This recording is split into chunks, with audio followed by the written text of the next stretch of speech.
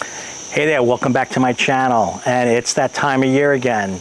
I'm preparing for Academy Days. I'm putting together my presentation material, and I'm getting ready to do nomination interviews. So what I'm going to do for you guys is I'm going to share my top 5 questions that I'm going to ask this year of Service Academy candidates.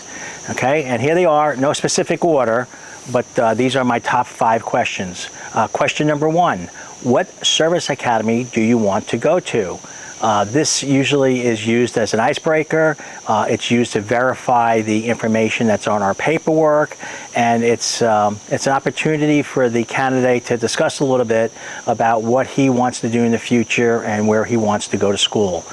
So it's self-explanatory. There's really nothing hidden there.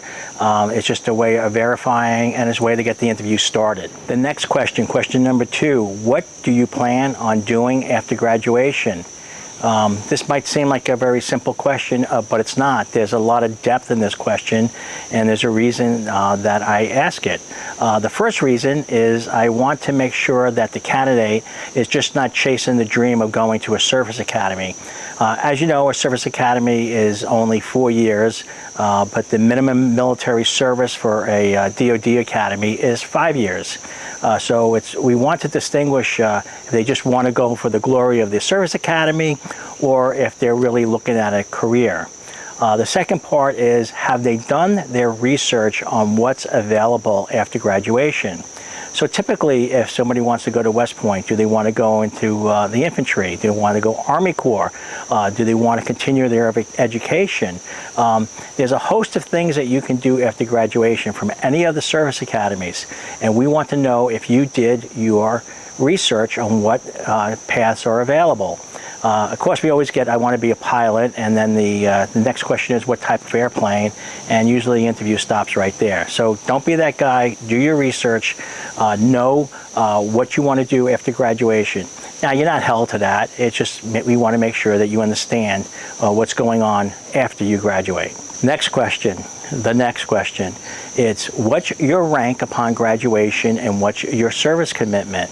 Once again, it's a research question. We want to make sure that you understand that you are going to be an officer. You're going to be the lowest ranked commissioned officer. You're going to be an 01, and what the service commitment is. Many people think that going to a service academy, you do your 4 years, you parade around, and you just move on. Well, as everybody knows that watches this channel, that is not what happens.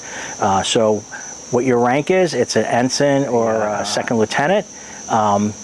And what your service commitment is, typically 5 years, and we just want to make sure that you know what you're getting into. Next question, question number 4. What was the last book or movie that you read or watched that had a military theme? Seems like a simple question, but you'll be surprised that many people can't answer this question. We always find that the people who are really gung-ho on achieving their dreams, whether being a pilot, being a Marine, being a SEAL, being a merchant mariner, or whatever, they have done their research. They have watched movies, they have read books, they have done a lot of research. Like I said, you would be surprised at how many people do not read or watch anything related. I always love asking this question, and we'll move on right after this, is what do you want to do? I want to be a naval pilot. Okay, have you seen Top Gun? Have you seen Top Gun Maverick? And I would have to say that 8 times out of 10, the answer is no. How can you not want to be a naval aviator if you haven't seen Top Gun? I just don't understand it. Just me, I just don't understand it. Okay, so let's move on. Question number 5. How many hours a day do you spend on social media? It's a new question for me this year. It's an interesting question. I'm looking forward to see what kind of answers I get. I am really looking to see is how much time people spend in the real world and not the virtual world. If somebody spends all their day surfing the web, surfing Instagram, I know that you guys don't do Facebook, but surfing TikTok or whatever the hottest thing is right now. If somebody says that they spend a lot of time doing that, I am concerned about their ability to focus and their ability to dedicate the time it takes to be successful at a service academy. I have to tell you that things have not changed since I graduated, since my kids graduated, and since kids that I know who have graduated very recently.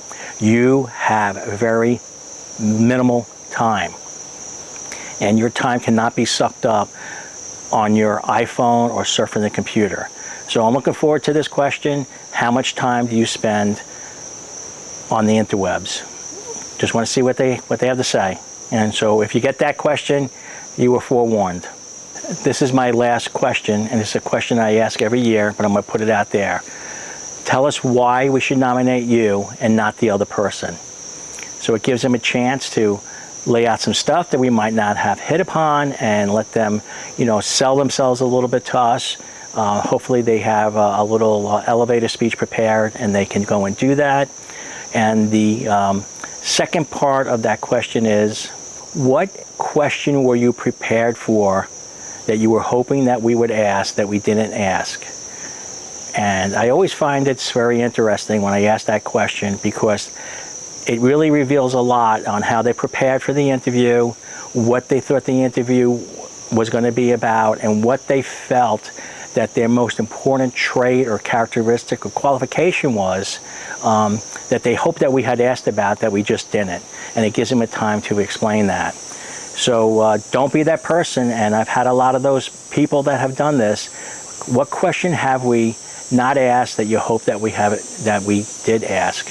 And they say, none. And that is impossible, because everybody says, gee, I hope they asked me about, that track record I sent, or the time that I spent camping aboard the battleship, or the time I went out to Air Force Academy, or what I wrote on line number 3 of my essay. Everybody has one of those. And if you don't, I don't really think that you're prepared. So there they are, my top 5 questions. You heard it here first. I'm going to use it this year.